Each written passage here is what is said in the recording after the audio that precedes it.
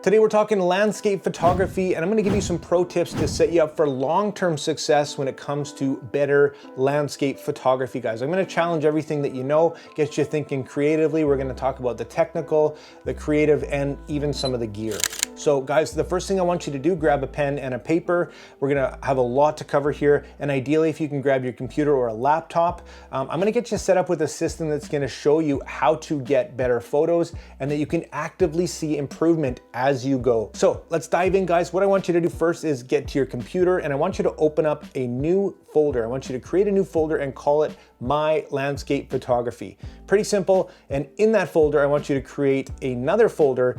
And in that folder, I want you to have 12 folders, and I want you to name them the months of the year.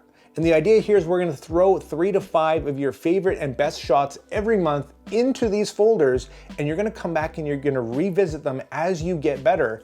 And I don't care if it's from the same location. Every time you're gonna be challenged to see what you could have done better, what you liked, what you didn't like, and this is gonna be a way to track your progress each and every month. That's easy, that's something very simple, and the next folder I want you to create, the last folder for now, is just gonna be called like assets, or you can even call it skies. We'll keep it really simple, and what you wanna do is just keep a little asset library where you're gonna be able to use certain elements from things you love in a photo that might not have completely panned out. For example, if you get to a location and the sky is absolutely mind-blowing, it's the most beautiful sky you've ever seen, but the rest of everything is kind of mediocre, well, take a picture anyways, and we can utilize that sky maybe later with the rest of the image that maybe nailed it, but the sky wasn't there.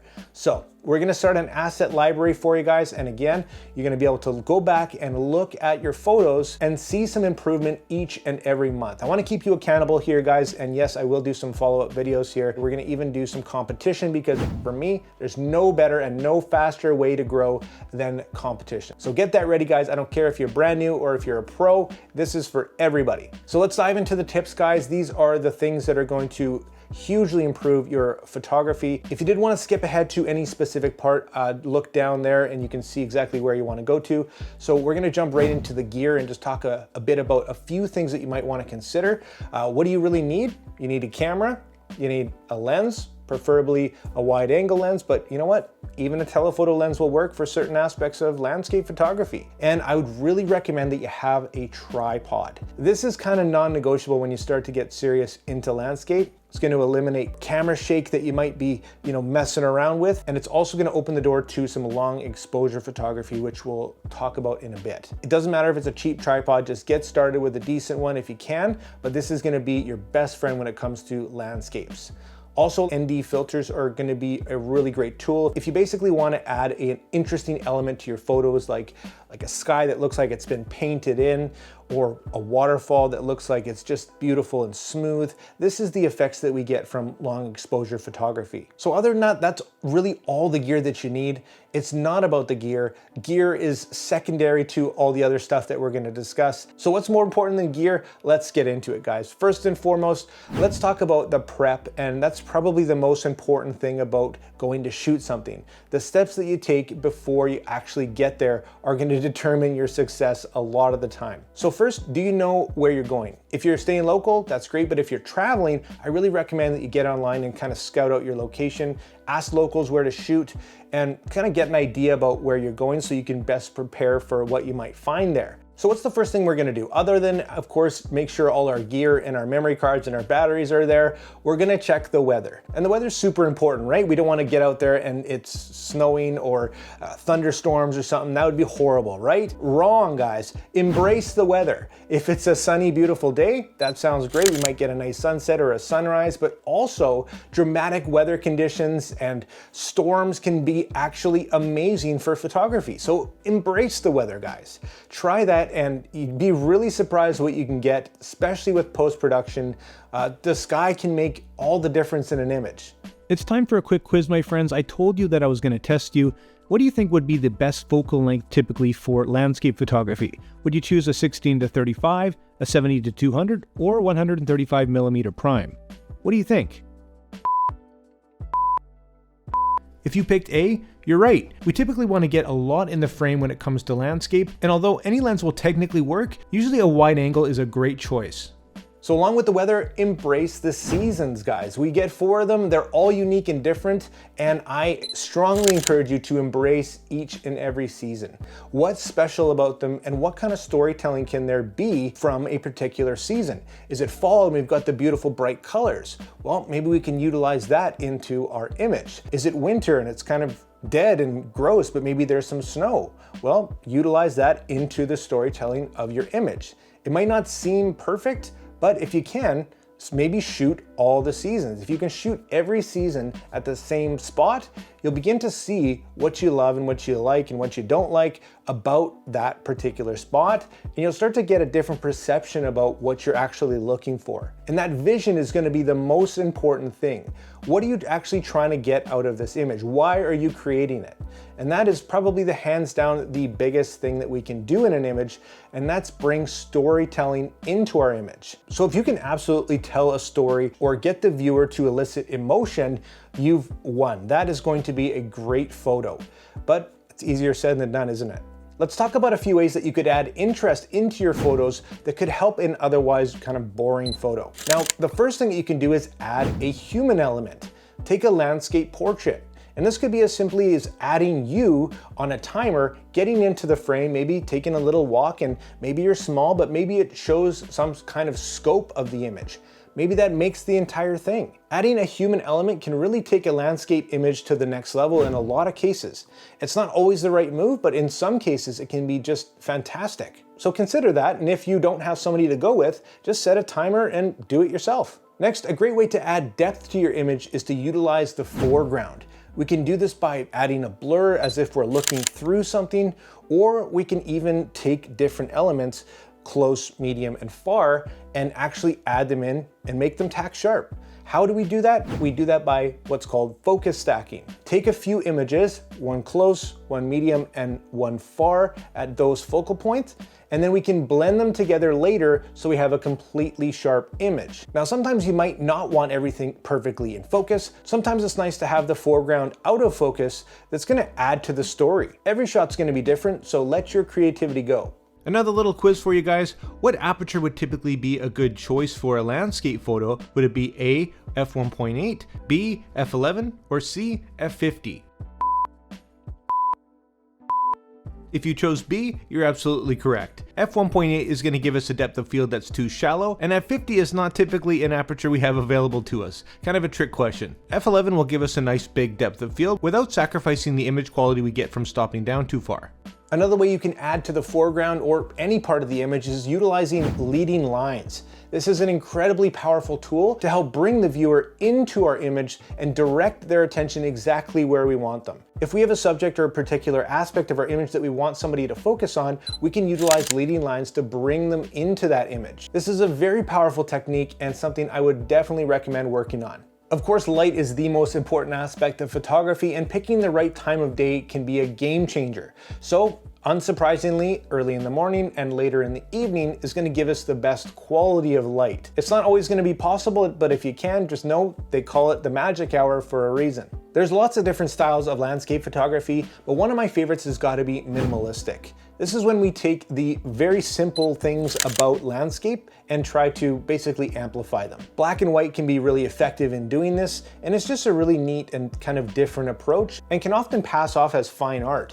This is really neat and also a really difficult thing to do. We're not really trained right off the bat to kind of pick out things that might work really well with minimalistic photography, but man, I love it, and I think you should consider trying it out. Also, consider using a drone. There's lots of places that we can't get that something that flies definitely can, and it opens the world up to a different possibility when it comes to landscape photography. Make sure you be respectful and check your local laws, but absolutely, drone photography is something that's really cool. I'd also really encourage you to shoot panoramas when you can. This is a great way to get a ton in the frame, but also to get incredibly high resolution images that we can stitch together and have for later if we actually wanted to crop in when maybe later in life we were searching for a particular aspect, and we can just crop in to get what we need. They're pretty easy to put together in post these days, so if you find that you can't fit everything in your frame, well, just move your camera a little bit up, down, left, and right to snap some additional shots, and at least you have them for later if you want them. If you haven't done it before, you have to get out and try astrophotography. Sure, it might be late and uncomfortable sometimes, but man, the results just speak for themselves. Some of the best photography experiences I've had have come from when I'm shooting astro. Here's a few examples of that, and a tripod is going to be an absolute necessity in this case. If you've made it this far, thanks so much for watching, guys. Make sure you hit that like and subscribe button, and drop down in the comments what you want to see in future videos. This quiz is a bit harder, and it's supposed to be to get you thinking. What settings do you think were used to capture this image I took of the aurora? The correct answer in this case is C. I used a 4-second exposure with a fast f1.8 at 2000 ISO. When shooting astro, 40 seconds would be too long because you'll start getting star trails and not a nice sharp starry sky. Although 15 seconds could possibly work, generally we're using something a lot faster than f8. Now let's talk about composition for a second. This is the most interesting and also most difficult part of landscape photography, if you ask me. And simply moving your camera up or down, left or right, or just utilizing a particular rule like the rule of thirds can really make a big difference to the outcome of your photo. Now, experiment, and definitely rules are always made to be broken. And even if you have a particular style, don't be scared to get outside your comfort zone and try something new. If you find a composition that you like, or if you see something there but you can't quite nail it, I recommend you moving the camera around again until you see exactly what you're looking for. Chances are, if you think there's something there, there definitely is. And like I said, absolutely take the photo regardless. It might be a particular aspect like the sky that's just not quite right, but don't worry, we can composite later in post. And absolutely don't be scared to be compositing your landscape photos. It's a great way to be creative, create some beautiful artwork. And yes, there's the purists out there, but it's not for everybody. Do whatever you want. Use that asset library to bring some of your stuff to life that maybe 2 images might in your mind just be perfect. Well, we have the capabilities, we have the editing power to be able to bring those together, which I'll show you in a second. As promised, here we are in post. I wanted to just do a few quick things to give you some tools right away that you can start implementing into your workflow. And the first one is to show you how to utilize some compositional tools here in Photoshop. All you're gonna do is head up to the crop tool here, and then this is basically this little drop down menu. You can click on any of the rules that you want here. Here's the rule of thirds, hit enter, and then we can use that in real time, this grid line, to basically align our image. So we can align that any way we want. In this case, I kind of used the bottom of the ground being 1/3 and 2/3 would be the sky. But we can also use other things like one of my favorites, the golden spiral, and we can just kind of play with it until it looks compositionally pleasing. And this is going to be a great way to grow your idea of composition and what good composition is. It can be a little bit tricky at times, but it's really that simple. So head in there and play around with that. And anybody that shoots in low light knows that inevitably we have to pump up that ISO, which results in less than ideal photo and video quality. But I do have a secret for you. I do shoot a lot of birds and wildlife and rely on Topaz Labs to bring back my high ISO shots and eliminate noise, often saving photos that I thought were long gone. This is an absolute must for me, and I would totally recommend it if you are into astrophotography as well. Check out this 8000 ISO image before throwing it into the drag and drop Topaz Labs Photo AI software. It's super easy to use, and just look at the results. This is a buy once and own forever type of software, and I would completely recommend it to you. If you're interested, links are in the description. So I promised you a composite tutorial, and this is the image that I've chosen.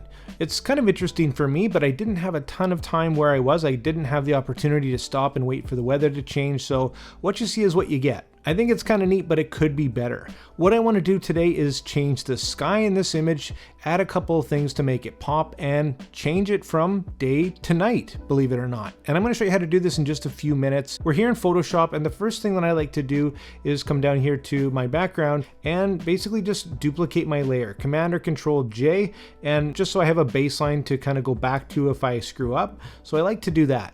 Now the very first thing I want to do here is head up to Edit and go down to Sky Replacement.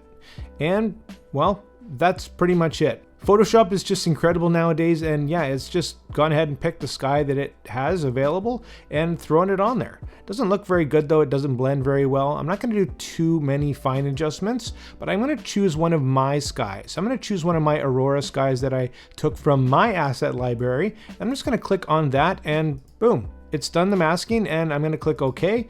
And there we have a beautiful aurora on a kind of interesting foreground that's in the daytime.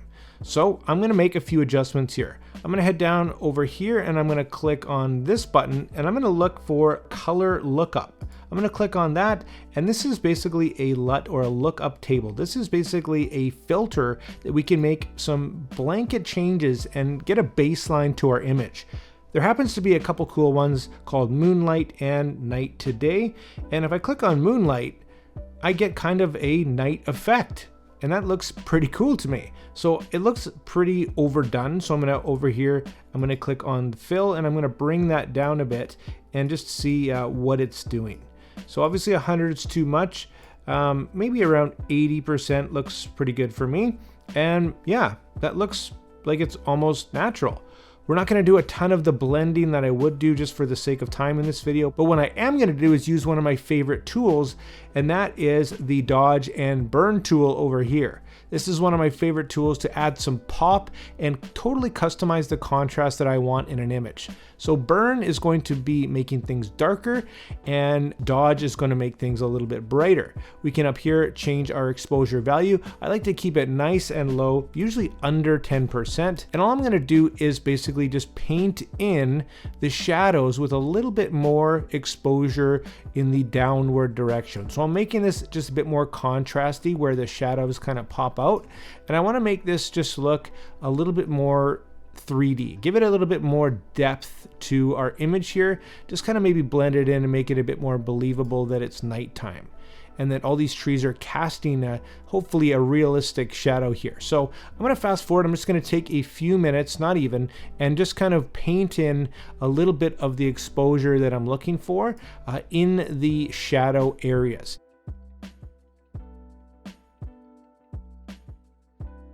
Okay, that looks pretty good for me, and for reference, I'm just going to turn off this layer revealing the original and show you exactly what that did.